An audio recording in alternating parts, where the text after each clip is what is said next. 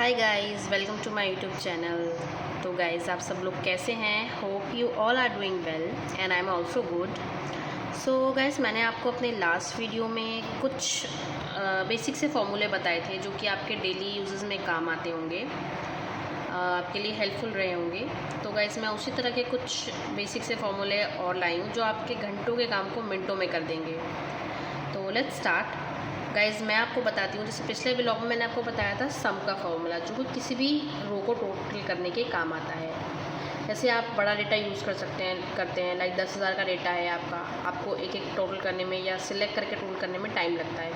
तो आप कहीं भी, जैसे ये डेटा है, लंबा डेटा होगा, ये तो छोटा है, इससे अगर बड़ा डेटा है आपका 10,000 डेटा है, तो आपको 10,000 डेटा के नीचे आपको केवल सम का फॉर्मूला लगाना है, वो ऑटोमेटिकली काउंट कर लेगा। तो अगर आप बीच में कुछ चेंजेस भी करते हैं तो ये ऑटोमेटिकली यहाँ पर सम का फॉर्मूला लगा है तो वो काउंट कर लेगा। तो गाइज, इसी तरह सम इफ़ का फॉर्मूला है। सम इफ़ का फॉर्मूला गाइज हम तब यूज़ करते हैं जैसे हमें डायरेक्ट किसी का अमाउंट चाहिए। लाइक जैसे ऊपर लिखा है राम का अमाउंट है 185 टोटल। राम का टोटल कितना है गाइज? 185। अब हमें गीता का टोटल यहाँ चाहिए, ठीक है, या सीता का टोटल हमें यहीं चाहिए डायरेक्ट टोटल। तो हमें सम का फॉर्मूला ना लगाना पड़े और डायरेक्ट यहाँ पर हमें अमाउंट मिल जाए उसका, तो उसके लिए हम लगाते हैं सम इफ़ का फॉर्मूला। तो हमने लिखा sum if is equal to sum if bracket open, then हमने सिलेक्ट किया राम। मैंने यहाँ पर नाम लिखे हैं गाइज, आप यहाँ कुछ भी ले सकते हैं, अपना प्रोडक्ट नेम या अपना जो भी आपका मशीन का नेम है, डेटा का जो भी नेम हो जिससे आपको मैच करना हो वो आप ले सकते हैं, या मैंने पर्सन के नाम लिखे हैं, ठीक है। तो यहाँ मैंने लगाया फॉर्मूला, ये सिलेक्ट किया पूरी रो, देन मैंने लगाया कॉमा। हमें डबल कॉमा लगाना है गाइस ऊपर, आप ये देख सकते हैं, ये वाला कॉमा यूज़ किया है मैंने, डबल कॉमा। देन मुझे अब किसका डेटा चाहिए? लाइक मुझे चाहिए मीना का, तो मैंने लिखा मीना।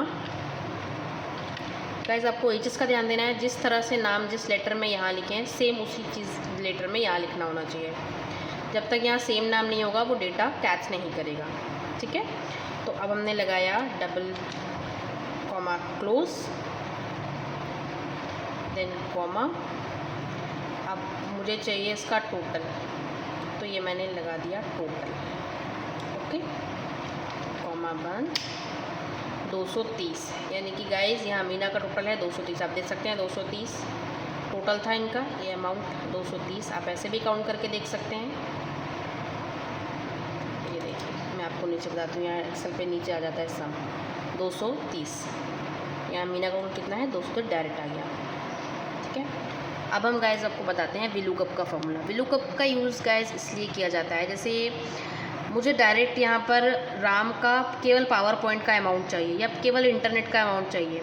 मेरे पास ये ब्लैंक एक्सेल है, ये तो आपका डेटा मान लीजिए कंप्लीट है। अब मुझे किसी और एक्सेल में राम का केवल पावर पॉइंट का पैसा चाहिए है। मेरे पास केवल नाम है, उनका पिछले महीने पावर पॉइंट का पैसा कितना था या पिछले महीने इंटरनेट का पैसा कितना था, ये हमको लगाना है। तो इसके लिए हम लगा सकते हैं विलुकअप का फॉर्मूला। किसी भी डेटा को मैच करने के लिए या उसका प्रीवियस डेटा जानने के लिए हम लगाते हैं विलुकअप का फॉर्मूला। तो विलुकअप में हमने लिखा विलुकअप ब्रैकेट ओपन। अब हमने सिलेक्ट किया गाइस नाम, आप जो भी आपका प्रोडक्ट नेम है या जो भी आपके वर्कर का नाम है या कुछ भी जिससे आपको मैच करना है वो नाम ले सकते हैं। तो नाम हमने सिलेक्ट किया, उसके बाद हमने लगाया कॉमा। अब हमें इनमें से डेटा चाहिए, तो ये डेटा हमने पूरा सिलेक्ट कर लिया टोटल तक, ठीक है। Then again comma. अब हमें राम का कौन सा पैसा चाहिए हमें दूसरे डेटा में, लाइक हमें इंटरनेट का पैसा चाहिए कि स्कूल का पैसा चाहिए, बुक का पैसा चाहिए, हमने राम का कौन सा पैसा हम जानना है, यह हमको यहाँ रो में लिखना पड़ेगा। तो जैसे राम का मुझे इंटरनेट का पैसा चाहिए गाइस, सॉरी सीता का मुझे इंटरनेट का पैसा चाहिए, तो मैंने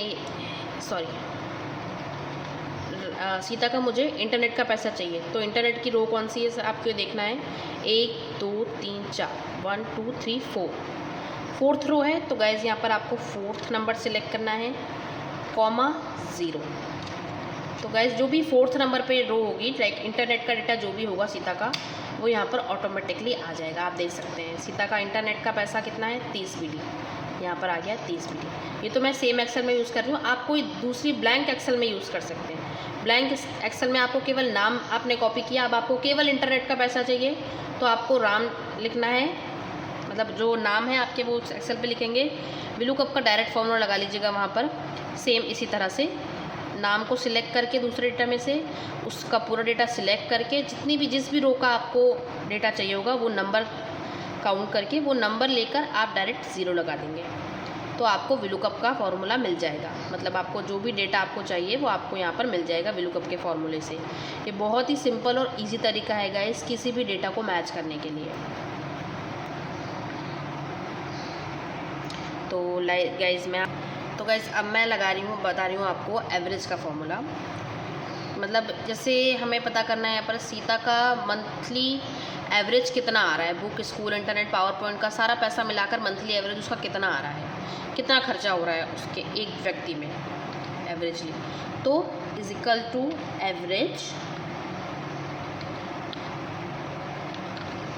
और आपको उसका पूरा पैसा सिलेक्ट कर लेना है। Like book, school, internet, power point का उसका कितना पैसा है, ब्रैकेट बंद, बस ये 35, मतलब उसका मंथली एवरेज जो देखा जाए तो 35 BD उसका खर्च हो रहा है सीता का। ठीक है, तो गाइस आपको VLOOKUP और एवरेज का फॉर्मूला समझ में आ गया होगा।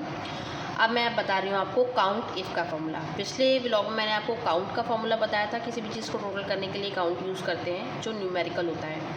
ओके, अब काउंट इफ़ का फॉर्मूला हम क्यों यूज़ करते हैं वो मैं आपको बता देती हूँ। काउंट इफ़ का फॉर्मूला गाइस डुप्लीकेसी जानने के लिए करते हैं।